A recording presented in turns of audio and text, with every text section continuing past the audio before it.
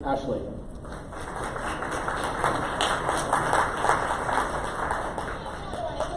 For the people of Lone Grove, Iowa, because 93-year-old Bob Williams has been handing out extra large size Hershey's bars for nearly 2 decades just to make people smile.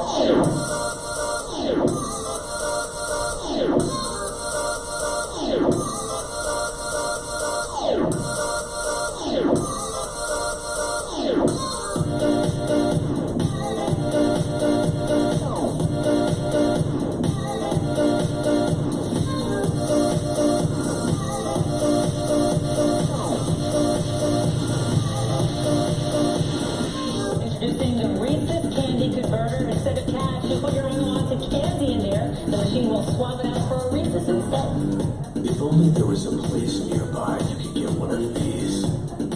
Or these. Good thing they're sold literally everywhere business is done. I'm pretty sure you can buy them at a bank. Not sorry. Reese's.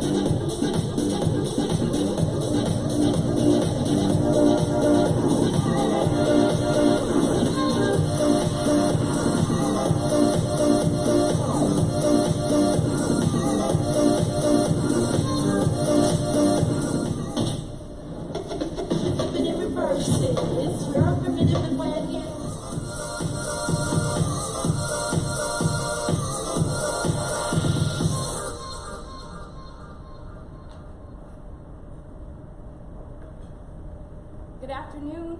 Well, let's see if it's on. Good afternoon, everyone. Good afternoon, everyone. I'm so excited to be in front of you today. I admittedly queued up our sizzle video for one reason and one reason only. I knew that we would be headed into that 2 o'clock, 3 o'clock afternoon slump after lunch. So I wanted to make you hungry for Hershey's. Advertising lesson 101, always be top of mind. So now, hopefully, when you go out during break, you'll go out and purchase a Hershey's bar. So thoroughly excited to be here. But now that I've teased your appetite with our diverse portfolio of brands, I really want to kind of tease your mind, take the next 20 minutes or so to talk to you about how Hershey's is leaning into kind of the frame of mindset that DTCs have. Understanding the quality of data that they have, understanding some of their strategic advantages that they have over us, to really dive into an audience strategy that is data first, right, and consumer first when it comes to media strategy, planning, and activation. So, start first off about where I'm hailing from. I'm hailing from the sweetest place on earth, and I lead Hershey's audience activation and strategy for the entire company, right? And we are the sweetest place on earth because this is the original factory. This year we're celebrating 125 years of being a candy company. Super excited about that, but this is the original factory that Milton Hershey started his company in, and now it has been converted into our home offices. But that's not the reason why we're the sweetest place on earth. We're actually the reason why we're the sweetest place on earth is because we hail at the corner of Chocolate and Cocoa Avenue. And it doesn't get much sweeter than that. Just when you think it can't, it does. The streets of Chocolate Avenue are lined with Hershey's Kisses. And I was talking to Jeff in the back. He said he's from Harrisburg, and he said one of the things that we can't bring to show you is the smell. The factory, the Reese's factory, is located on Chocolate Avenue. So not only are we located on the corner of Chocolate and Cocoa Avenue, there's a smell. And then probably one of the best kept secret for everyone in this room and to all of our consumers is that Milton Hershey was a serial entrepreneur, serial innovator. So innovation is really inherently baked into our DNA. But one best kept fact is that back in the 1900s, Milton Hershey started a school for kids pre-K through the ages to the ages of 18, right, for orphans, and that school still exists today. where it's home of over 2,000 students, where we 100% fund their social and educational opportunities. So that's big. And you might ask why or how we can do that. Has anyone ever purchased a Hershey bar in here? Chances are you probably devour it in the car before you're able to flip it over and look at the wrapping. But on the back of the wrapping, you'll find our motto.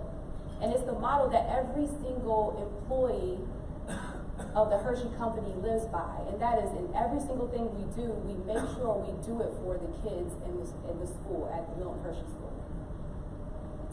So you can feel a little bit better about consuming your chocolate products when you purchase something within our portfolio. All right, sweetest place on earth. Pop quiz. Make sure you guys are awake. You just had lunch. Can anyone tell me what that number represents? Anyone want to take a guess? Number of SKUs. Number of SKUs. Employees. Employees. Close. That number is 14,257 Hershey population. That number is the number of people that makes up the Hershey population. It sounds like someone got it right back there. So I say all that to say this, that while I'm hailing from a small town, we are mighty. And the reason why we are mighty is because we make a product, candy gum and mint, that has the potential to go into 98% of homes in the United States. 98%, almost the entire amount of homes that exist in the United States. That is 1% higher than the household penetration of toilet paper. Let that sink in, people. 1% higher.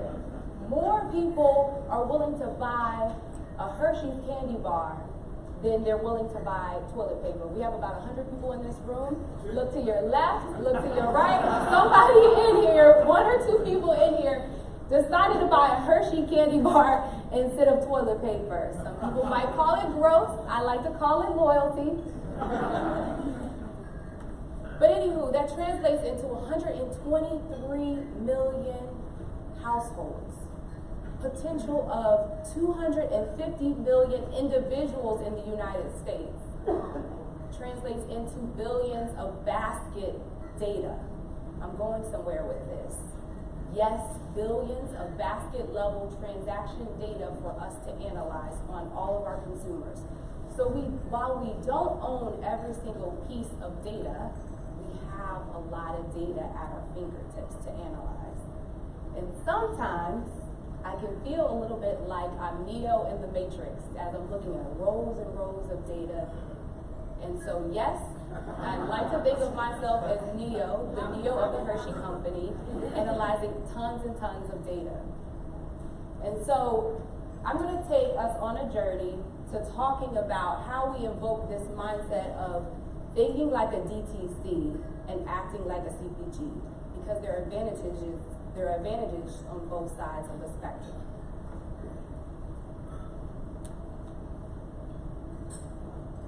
Okay, first up, my journey began 2 years ago when I rolled into this role of audience strategy and activation. And the first thing I did when I came to the seat of the table, I said, hey, for one brand, one partner, please give me the audience that we're targeting today. So I didn't come in the beginning of planning season, I came in the middle, about April. And to my surprise, I found out that for one brand and one platform, we had two audiences. One priority, one brand objective, but two audiences.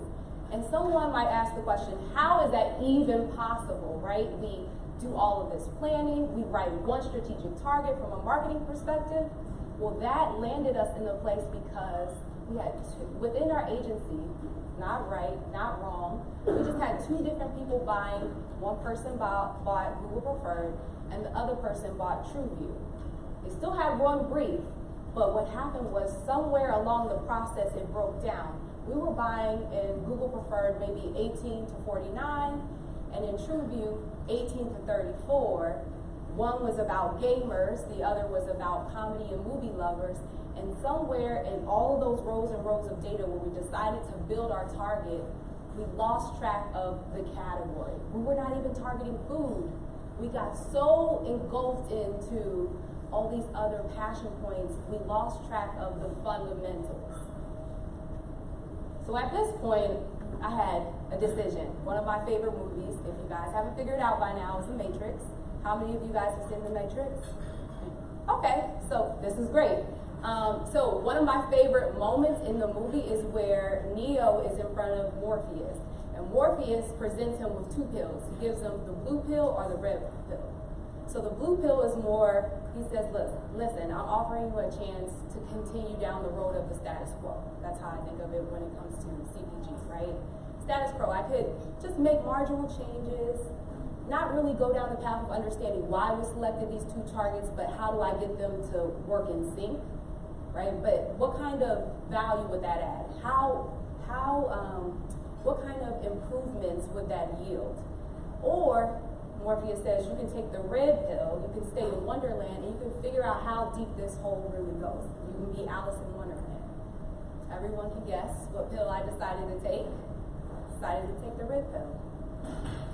So that launched me on this journey of understanding, okay, who are the partners looking across all kinds of verticals that do it best, CPG and DTC, who does it well? So I sat down with my agency partners, they talked to me about DTC and the value of first-party data. So another quick pop quiz, because I see someone kind of scrubbing their eyes. Pop quiz, we're all in this environment of CPG. Who in the room thinks that the left-hand side of the screen, listen, your left, the left-hand side of the screen is CPG? Raise your hand. Okay. The right-hand side, who thinks it's CPG? 100%, you all aced your tests. So the right-hand side is essentially where we are and where we stood. And there are advantages and disadvantages, but if we look across the rows, we can learn a lot from each other. So starting from the very top, the largest differences were, okay, DTC smaller, you can think and act very agile. Challenge on the right-hand side, where CPG is things take longer for decisions to be had. We serve products, we have over 80 brands, and we serve it in over 70 countries. That means that alignments upon alignments, meetings upon meetings, communication can break down very quickly. So those are some of the things that I kind of mapped out in the beginning of my journey. The second piece is just a slight nuance. We don't own the funnel, we loan the funnel. But we still make strategic investments on our data that allow us to analyze the performance of our products. And the last piece, the common thread is we all have data insights. So what does that all mean? So I took this information and I said, okay, there are three things that I've learned in my journey within being the lead of audience strategy to activation. And the first concept that I thought that was really powerful to take away from a DTC perspective is thinking and acting with a farm-to-table mindset. What do I mean by that? I'll get down into the specifics, but at a high level, everybody knows Oscar Mayer, my bologna has a first name. Or if you're a foodie, farm-to-table, you think my chicken has a first name, right? Well, when it comes to first-party data, your data has a first name.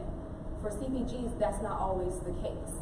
So how do I invoke this mindset that every time that we go and we activate, my data needs to have a first name, or you know that there's sausage making. So when you go from insights to activation, there's a lot of data sets that come together to make it down to a buy in Facebook, a buy in YouTube. So let me talk to you about what that farm-to-table mindset should look like if you are a CPG in the room. Follow me? Okay. So where to start? So remember I talked to you about Neo, and there were a ton of questions I could have asked. And I did ask those hard-hitting questions. And it all starts in the beginning. And that is, the beginning is with our planning process. And I'm oversimplifying this, but, you know, key things that we can all agree upon as CPGs that are a common thread within our planning process. And number one is everything begins and ends with a brief. So when I went to my partners at the agency, we looked back at the brief, and sure enough, the brief was written in a way that was beautifully written, and it looked good on someone's slides, but when left up to interpretation, you could definitely misinterpret what we were saying from a marketing internal language when it comes to when you finally get down to hands-on keyboard. So the brief and the activation were the two areas I decided to impact of the process. The second point is more about the activation. So 125-year company, the first question when it comes down to activation that I get from marketers, it's not about who is my audience, but it's about how big is my audience. Now, I understand that size does matter, but in this case, it really should be about, do we have the right audience? And what are the quality signals and triggers that we're using to decide who, when, and where we should be targeting? So those were the key pain points that I think a lot of us kind of wrestle with, especially if you own a piece of the media buying, planning, strategy process. So what happened? We had to blow the entire process up. My entire team, we got in a room, my director, my manager, and then we have a comms and integrated planning person. We got in a room, we thought about how do we make sure we have this farm to table mindset when it comes from insights to activation. Audience first. So we had to invoke this mindset of, listen, we are not planning for a campaign. We are living, walking, breathing an audience first strategy and not a campaign first strategy. So what do I mean by that? We had to put a new lens on that, take you a little bit further down the rabbit hole. So those of us who live, breathe in CPG, we're all familiar with a funnel. When the consumer is first tapped and aware of our brand all the way through to CRM management. Now, I have over 10 years of CPG experience. I spent time in marketing. I've spent time in consumer research. I've spent time in sales on the category development side. And so each of these moments of truth, so you have the 0 moment of truth, all the way to the 3rd moment of truth, are areas where our organization has aligned to say, hey, we've got to win and thoroughly understand our consumer at this touch point. And so what does that mean? We functionally aligned ourselves in silos. Translate or said another way, that is your category development team, that's your supply chain team, that's your transportation team, right? That's your sales and shopper team. They're all functional experts and they all leverage data points to improve the marketing and selling of your product. But if you've lived in a career in one strategic focus, right? You've become a sales ambassador, you become a media expert, you don't really have visibility to the full line of the funnel. Early on in my career, I decided I wanted to become a person who curates their career around data and around the consumer. So I've had the opportunity to work across these silos. And what I discovered when I landed this opportunity 2 years ago is that no matter where you are, all roads lead to the consumer. So it's never a question of, do I need more data? It's more about, do I have awareness and do I need better data? And how accurate is my data? So you think about all these functional areas that exist within your organization, they all tell a different story of the consumer. They're all about the consumer, but it's just a different chapter. And so while we like to think that this is a beautiful picture of who our consumer is with all of these different touch points, the truth of the matter is our consumer began to look like this when it comes to the application of media, right? It looks a little Frankenstein-y because I'm pulling in data that comes from Walmart. I'm pulling in data that might come from CVS, data that comes from consumer research, and they were all done at different points in time.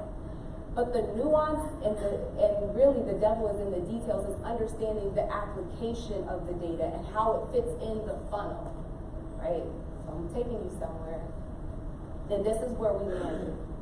Now pause right here because this is the new journey of our planning process. Our planning process landed us in a place where we took an intersection, and this is not an exhaustive list of all the data sources that go into our audience insights deep dive, but as a CPG, you've made these investments. It's just a matter of awareness of those investments. So I'm pulling together all of these data points in the upfront process before we even begin to write the brief, and I'm sitting down with my marketers to explain, hey, here is what we know about the consumers, and then as opposed to thinking about a no dose, always goes, always on hustler, which looks beautiful, and that's very pithy, and it's very easy to interpret it in Hershey language. It's not necessarily translatable at 11:50 p.m. at night when you have a campaign that goes live the next day and you have someone who's hands on keyboard desperately trying to understand, how do I interpret that two-liner from a brief into a YouTube, a Facebook, a Snapchat? So this brings me to point number 2. This was my learning. Okay, farm-to-table mindset. How do I get a farm-to-table mindset? I've got to change the process. The second thing is really where we got momentum with this idea, and it's about the sweet spot unlock. What do I mean when I say find the sweet spot unlock? So when I'm talking about the sweet spot unlock, am I talking about like your golf swing when you perfectly hit the ball to your club? No. Not necessarily the beautiful magic that happens when you have chocolate on chocolate on chocolate. That's good and that's sweet, but that's not what I'm talking about. What I'm really alluding to, and honestly, this wouldn't be a presentation without a Venn diagram. What I'm really alluding to is when you pull these 3 elements together to, 1, identify a business need and unlock the solution to that business need. So here's one example of how that came together. So every year, those of us who buy candy, you understand how extremely important the seasons are to our business. And I used to work on the Walgreens sales team for Hershey's. And we have inventory that sits in the back door of Walmart's and the back door of CVS, and there's a short period of time to get consumers to go out and buy their candy. And top of mind is super, super critically important to us, right? And we invest a ton in linear TV, but there's also portions that we're investing in, say, be it a Facebook or addressable media, where we can take to strategically align to the technology that we have and target at the zip code level if we understand how sales are progressing. So I think it was Jesse that said this. He talked about how you can pixel kind of the purchasing, right? So that the feedback gets to the ad server. We don't have the advantages of pixeling the purchasing, right? Because we don't own the funnel. But what we do know, we have very smart people in Bentonville, we have very smart people in Hershey, Pennsylvania, who are analyzing our sell-through, meaning are we moving the product out of the back room? So essentially what I have done and what I am doing every season is working to close the loop of all these funnels that we are loaning and all these silos that exist within our organization because of my prior experience across different functions in our organizations. So I'm collecting information from our brick and mortar stores and then working with our internal analytics team and connecting that information. It's a manual process, but in our purview, there's automation. But connecting that information of, hey, zip code 17111 is down. We need to target them in addressable media, leveraging the tech that the trade desk has to push people to go and purchase. And what that resulted in was, it looked something like this. We have, hey, trick-or-treaters are coming, don't forget. So we increased our impressions to areas where we knew were down in sell-through. So that's how we found our sweet spot unlock. So our last point is more about singing from the same song sheet. So I feel like DTCs are smaller, so they have the advantages of being agile. The thing that I spoke to earlier is that we have over 70 brands. and there's one of me. How do I get everyone aligned and moving forward? Because we're operating in a realm where we have a mindset of 98% category penetration, so we need to target everyone with a pulse, everyone with a mouth. And here are the three things that kind of really took this to the next level. I'm really going to hit on the last one. But of course, we had to upskill our marketers and our team because the media landscape is constantly changing. So we invested in external resources such as Circus Street, right? So that everyone had to be refreshed on media fundamentals. The second piece is our media team meets monthly on the performance of the executions and inventory that we have. We meet with our marketers and we connect our media metrics to business outcomes and business metrics. So we're measuring household penetration, we're measuring sales, and we're discussing the performance and making changes to our media. And the last piece is building a new framework. So an example of this, we call it the master media audience. We'll take a brand, we'll understand all of the questions on the left-hand side, and all of those questions get kind of categorized into these three main buckets, right, within a brief. And instead of classifying our consumers, we still have this. It's important to understand your design target. A no-dose go, always on the go mother. It's more about what are those media signals? What do we know about their media behaviors? Are we using purchase-based targeting? Are we using adjacent category targeting, et cetera, to build out kind of what we believe are master media? So no more are we looking at a PowerPoint or a Word document. Now the brief lives in Excel with all the data and inputs. And the last piece I'll leave you with, it has really fundamentally changed our business and made it very efficient to go to market across a highly proliferated data environment. So no matter what the brand is, they all get the same song sheet. No matter the partner, you all get the same song sheet. So while those triggers might be different based on the quality of data that exists across each and every platform that is out there in the ecosystem, we all know what our North Star is based on that Excel sheet. And so I'll leave you with this. These are the 4 principles. If you're a CPG, always look internally first. Like, take the optimistic road and know that, hey, there are some things that you can embrace in your purview to always look internally and know that you made strategic investments. The second is operate with one social truth. No matter however you find that, make sure that all your stakeholders knows what that is and what that looks like. And the last 2, balance of granularity and scale. I gave you the example of sell-through. And then 4th is evangelize and synchronize. Make sure you're all singing from the same song sheet. Thank you so much for your time.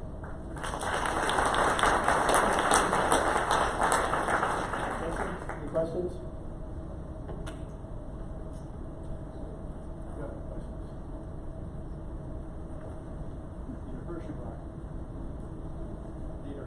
They need a Hershey bar. Hi, Corey Buller from Harlem Media. My favorite Hershey's candy is Kit Kat. Okay. So how do you go about testing new media? So you had a lot of, I won't call it legacy media, but traditional digital channels up there. How do you go about testing? I saw maybe what I think is an OTT icon, or podcasts, or some of these new formats.